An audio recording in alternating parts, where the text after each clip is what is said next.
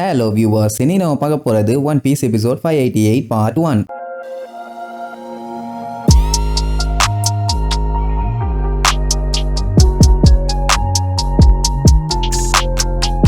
Open பண்ணா போன பாட்டுல ட்ரெஃபால்கர்லாம் ஸ்மோக்கர் கிட்ட பயங்கரமா சண்டையை போட்டு கடைசியில அவனோட ஹார்ட்டையே உருவி வெளியே எடுத்துட்டான்ல. அதனால ஸ்மோக்கர் அப்படியே பேனி கிடப்பான். அவ்வளவுதான், ட்ரெஃபால்கர்லாம் ஜெயிச்சிட்டான். டஷிகி பார்த்துட்டு காண்டாயி அவனுங்களை அட்டாக் பண்றதுக்காக கிளம்புவா. ஆனா அவனுக்கு விட மாட்டானுங்க. ஏன்னா ட்ரெஃபால்கர்லாம் எந்த அளவுக்கு ஸ்ட்ராங்கா இருக்கான்னு அவனுக்கு தான் பார்த்தானுங்களே. இப்ப இவளும் அங்க போனான்னா அப்படியே ஸ்பாட்லயே வச்சு வலிச்சு நக்கிடுவான். அது சொன்னவ கேட்க மாட்டான். நான் நேவில சேர்ந்தது இந்த மாதிரி பாறைக்கு பின்னாடி மறைஞ்சு நின்று பாக்குறதுக்கு இல்ல, இறங்கி அடிக்கிறதுக்குன்னு முக்குன்னு முக்குவா. அவனுக்கு விடவே மாட்டானுங்க. ஐயோ நீங்க போனீங்கன்னா போன டைம் மாதிரி ஒரு வெட்டோட விட மாட்டான். பிரியாணிக்கு போடுற பீஸ் மாதிரி பார்ட்டா பிரிச்சு வச்சிருவான். அதனால சொன்னா கேளுங்கன்னு சொல்லிட்டு இருக்கும் போதே ட்ரெஃபால்கர்ல உருவாக்கினானே ஒரு பெரிய சர்க்கிள். அந்த சர்க்கிள் சடனா அப்படியே மறைஞ்சு போயிடும். எல்லாம் என்னாச்சுன்னு ஆர்வமா பார்த்துட்டு இருப்பாங்க. அதே நேரம் நம்ம லூஃபி குரூப் என்ட்ரன்ஸ் கிட்ட வந்துட்டாங்க. வந்தவங்களுக்கு பயங்கரமான ஷாக்கு. அதான் நேவியோட வார்ஷிப் எல்லாத்தையுமே போட்டு துவன்னு துவச்சு நொறுக்கி நாரடிச்சு வச்சிருக்குது. கொஞ்ச நேரத்துக்கு முன்னாடி வரைக்கும் நம்ம ப்ரூக்கு இங்கதான் இருந்தான். ஆனா அவன் எதையுமே பார்க்கலையாமா. அது சரி, அவன் வந்ததுக்கு அப்புறம் தான் இந்த சம்பவங்கள்லாம் நடந்துச்சு. பிரவுன் பியர்டு பார்த்துட்டு ஏதோ பெரிய கலவரம் நடந்திருக்கு போல, மாஸ்டருக்கு என்னாச்சு ஏதாச்சுன்னு தெரியலன்னு கவலைப்படுவான். அப்படி இவங்க வந்துட்டு இருக்கும் போது தூரத்துல யாரோ ஒருத்தரை பார்ப்பாங்க. அது வேற யாரும் இல்ல, ட்ரெஃபால்கர்லா தான். அவன் பொறுமையா வாக்கிங்ல உள்ள போயிட்டு இருப்பான். அவன் அப்படியே விட்டுருக்க வேண்டியதானே. இந்த லூஃபி பைய ஓய் ஓய்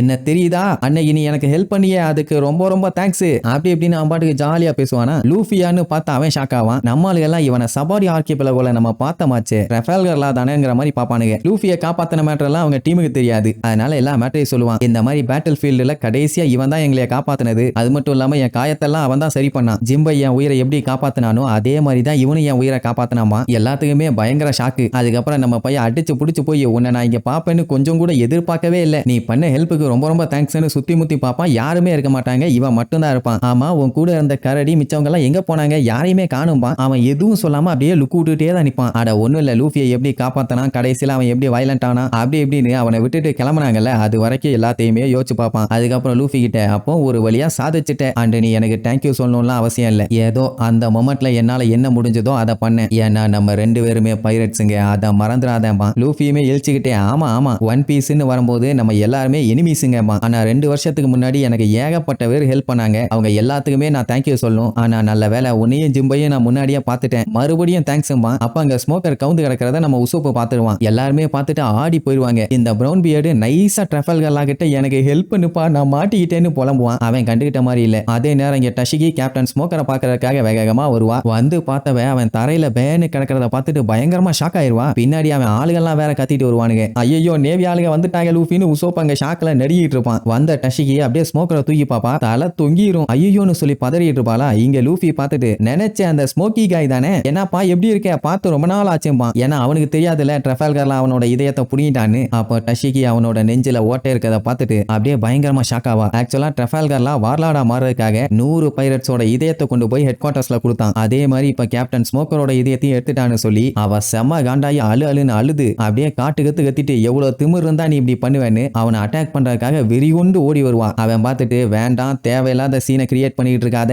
உனக்கு தான் நல்லது இல்லைன்னு எவ்வளவோ சொல்லுவான். ஆனா அவ கேட்க மாட்டா, அவ பாட்டுக்கு வருவான். அவன் ஒரு ரூமை கிரியேட் பண்ணி இவளோட உயிரை ஸ்மோக்கருக்கும் ஸ்மோக்கரோட உயிரை இவளுக்கும் மாத்தி விட்டுருவான். அதான் நம்மளுக்கு 4 பேருக்கு குழப்பி விட்டான்ல, அந்த மாதிரி இங்க நம்மளுக்கெல்லாம் அப்படியே பேந்த முழிச்சிட்டு இருப்பாங்க. ஆமா இவன் என்ன அப்படி பண்ணிட்டு இருக்கான்னு. இந்த மாதிரி பண்ணாதான் இவெல்லாம் அடங்குவா, இல்லைன்னா திருப்பி இப்படித்தான் வந்துகிட்டே இருப்பான்பா. அவன் ஆளுகெல்லாம் அடிச்சு புரண்டு வருவானுங்க டஷிகின்னு. அப்போ உசோப்பு லூஃபி கிட்ட இதுக்கு மேல நம்ம இங்க இருந்த ஆபத்து, உடனே கிளம்பலாம்பா. சரி ரைட்டுன்னு கிளம்பும் போது ட்ரெஃபால்கர்லா கிட்ட நான் உங்ககிட்ட ஒரு சின்ன விஷயத்த கேட்கணும்பானா. நீ என்ன கேட்க வரேன்னு எனக்கு புரியுது, மேல இருக்குதே ஒரு பெரிய ஹோலு, அதுகிட்ட போனீங்கன்னா நீ தேடுற விஷயம் அங்கதான் இருக்குது. எனக்கு இப்ப பேசிட்டு இருக்கலாம் டைம் இல்ல, நம்ம அப்புறம் மீட் பண்ணலாம், நம்ம 2 பேத்துக்குள்ளேயுமே ஒரு விஷயம் பாக்கி இருக்குதுன்னு சொல்லிட்டு போவான். சரி ஏதோ நல்ல விஷயம் தான் சொல்றான்ட்டு லூஃபி அடிச்சு புடிச்சு அங்க இருந்து கிளம்பிடுவான். இங்க பிரவுன் பியர்டு மனசுக்குள்ள புலம்பிக்கிட்டே போவான். நான் இங்க இருக்க வேண்டிய ஆளே இல்ல, நான் முதல்ல பைரட்டே இல்லையே, ஃபார்மர் பைரட் தானே, இவனுங்க வேற உசர வாங்குறானுங்களேன்னு உள்ளுக்குள்ள இருக்கு, ஆனா வெளியே சொல்ல முடியல. நேவி வந்துட்டாங்கன்னு தான் இப்ப இவங்க அடிச்சு புடிச்சு இங்க இருந்து கிளம்புறாங்க. அவனுக்கு தெரியாது ஸ்மோக்கருக்கு ட்ரெஃபால்கர்லா எந்த அளவுக்கு ஆப்பு வச்சிருக்கான்னு. ஆனா நல்லபடியா தான் இருப்பான்னு நம்பிக்கையில போவான். இந்த நேவி லூசு பையல் என்ன பண்ணுவானுங்க, ட்ரெஃபால்கர்லாவை அட்டாக் பண்ணாம லூஃபி அங்கதான் போயிட்டு இருக்கான், அவனை விடாதீங்கன்னு சொல்லி கண்டவனே சுடுவானுங்க. ஆனா நம்மளுக்கு எஸ்கேப்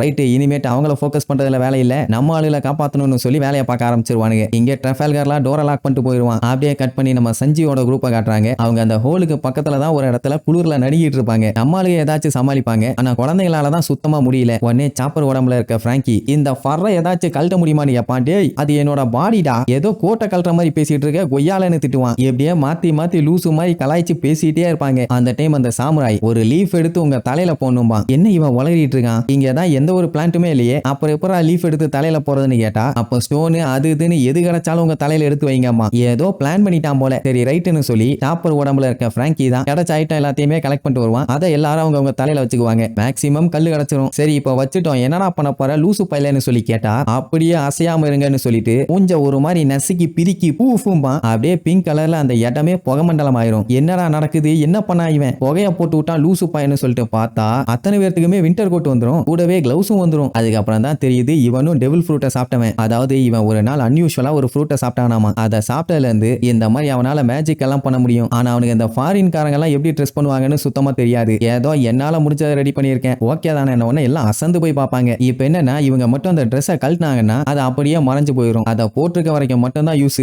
இதை சொன்ன உடனே ஐயோ மண்டப்பைய பெரிய ஹெல்ப்பா பண்ணிருக்கானேன்னு சொல்லிட்டு அவனை போட்டு மொய்யு மொச்சு தள்ளுவாங்க. என்ன சஞ்சிக்கு தான் கொஞ்சம் கடுப்பா இருக்கும், ஏன்னா இவனுக்கு அவனுக்கு வந்து ஆகாதாச்சே. பட் டெவில் ஃப்ரூட்டை சாப்பிட்டவனான்னு சொல்லி கொஞ்சம் ஷாக் ஆவாங்க. உடனே சாப்பர் உடம்புல இருக்க பிராங்கி எல்லாம் கொஞ்சம் வழி விடுங்க, ஏன்டா நாதாரி நாய, அதான் இப்படி ஒரு பவர் இருக்குல்லடா உனக்கு, இதை முன்னாடியே சொல்ல மாட்டியாடான்னு சொல்லி மண்டையிலேயே நறுக்குன்னு ஒரு கொட்டு. ஆமா எல்லாருமே இவ்வளவு கஷ்டப்பட்டு வந்தாங்கல்ல, இந்த மாதிரி முன்னாடி பண்ணியிருந்தா எந்த பஞ்சாயத்து இருந்திருக்காது. ஆனா அவனுக்கு நம்மளுக்கு அறகுறையா ட்ரெஸ் போட்டு வந்திருக்கிறது நல்லா இருக்காமா, அதனால தான் எதுக்கு அதை தேவையில்லாம கவர் பண்ணணும்னு விட்டுட்டாமா. மறுபடியும் நம்ம பிராங்கி மண்டையா அடிப்பான். எனக்கு வலிக்கல, லைட்டா அரிக்குதுமா, பல்லு எல்லாம் செதறி மூஞ்சி கோணல் மானலா இருக்கும். உடனே சஞ்சி உடம்புல இருக்க சாப்பரு, ஆமா உங்களுக்கு வலிக்காதா இல்ல குளிரா இருக்குன்னு சொல்ல மாட்டீங்களான்னு கேட்பான். நான் ஒரு வாரியர், வீக்னஸ் வெளியில காட்டக்கூடாதுன்னு சமாளிப்பான். அந்த டைம் ஹேன்னு ஒரு சவுண்டு, யாரான்னு பார்த்தா நம்ம ஆளுங்க தான். ஒரு வழியா நாங்க வந்துட்டோம்னு சொல்லி ஜம்முன்னு ஜாலியா என்ஜாய் பண்ணிக்கிட்டே நம்ம ஆளுங்க வர்றதோட இந்த எபிசோடுக்கு எண்டு கார்டு போட்டு முடிக்கிறாங்க.